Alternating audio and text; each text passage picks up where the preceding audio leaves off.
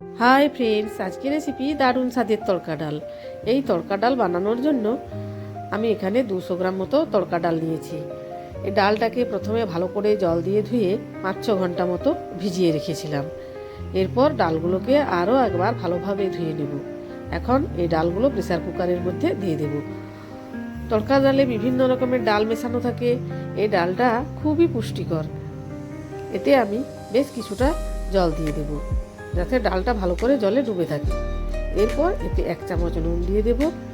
এখন প্রেসার কুকারের ঢাকনাটা ভালো করে ঢেকে ফুল ফ্লেমে 2টো সিটি দিয়ে দেব। প্রেসার কুকারের ঢাকনাটাকে নিচে নিচে খুলতে দেব।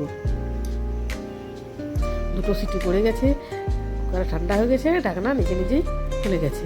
এবার আমি ডালটা দেখে নেব। ডালটা বেশ ভালোভাবে সেদ্ধ হয়ে গেছে। এখন মশলা বানানোর জন্য একটা মাঝারি সাইজের পেঁয়াজ, 6টি কাঁচা লঙ্কা, 4 কোয়া রসুন, 1 টুকরো আদা দিয়ে ভালোভাবে একটা পেস্ট বানিয়ে নেব। মশলাটা কিন্তু একটু দানা দানা থাকলে বেশ ভালো হয়। গ্যাস ওভেনের উপর একটা কড়াই বসিয়ে তাতে 2 চামচ মতো তেল দিয়ে দেব। তেলটা বেশ ভালোভাবে গরম হয়ে গেলে কড়াইয়ের চারপাশে স্প্রেড করে নেব। এখন এই গরম তেলের মধ্যে অল্প পরিমাণ জিরা, একটা তেজপাতা ও শুকনো লঙ্কাকে 2 টুকরো করে ওই তেলের মধ্যে দিয়ে নাড়াচাড়া করে নেব।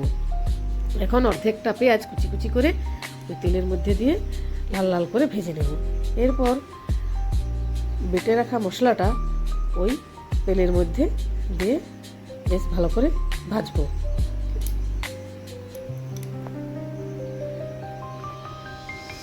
এরপর একটা মাঝারি সাইজের টমেটোকে 4 টুকরো করে ওই মশলার সাথে দিয়ে ভালো করে 2-4 বার ধরে নাড়াচাড়া করে ভেজে নেব। এখন এতে 1 চামচ ধনে গুঁড়ো, 1 চামচ হলুদ গুঁড়ো, 1 চামচ জিরে গুঁড়ো দিয়ে ভালোভাবে নাড়াচাড়া করে মশলাটাকে আমি কষিয়ে নেব। এরপর এতে 1 চামচ মতো তড়কা মশলা দিয়ে দেব। তারপর ভালোভাবে নাড়াচাড়া করে মশলাটাকে রেডি করে নেব। মশলাটাকে বেশ ভালোভাবে ভাজলে সমস্ত গন্ধ চলে যাবে এবং বেশ ভালো লাগবে। এরপর আমি সেদ্ধ করা তড়কা ডালটা কড়াইয়ের মধ্যে দিয়ে খুন্তি দিয়ে নাড়াচাড়া করে কষিয়ে নেব। ডালটাকে এইভাবে নাড়াচাড়া করতে হবে।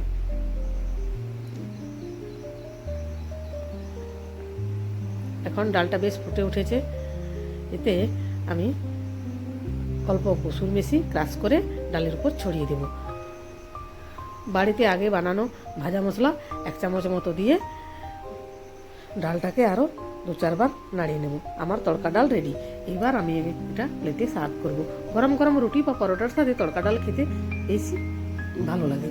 আমি এইভাবে ডালটাকে সার্ভ করেছি। এতে অল্প পরিমাণ ঘি দিয়ে দিলে ডালের টেস্টটা অনেক গুণ বেড়ে যাবে। ভিডিওটি যদি আপনাদের ভালো লেগে থাকে অবশ্যই লাইক, কমেন্ট, শেয়ার ও সাবস্ক্রাইব করুন।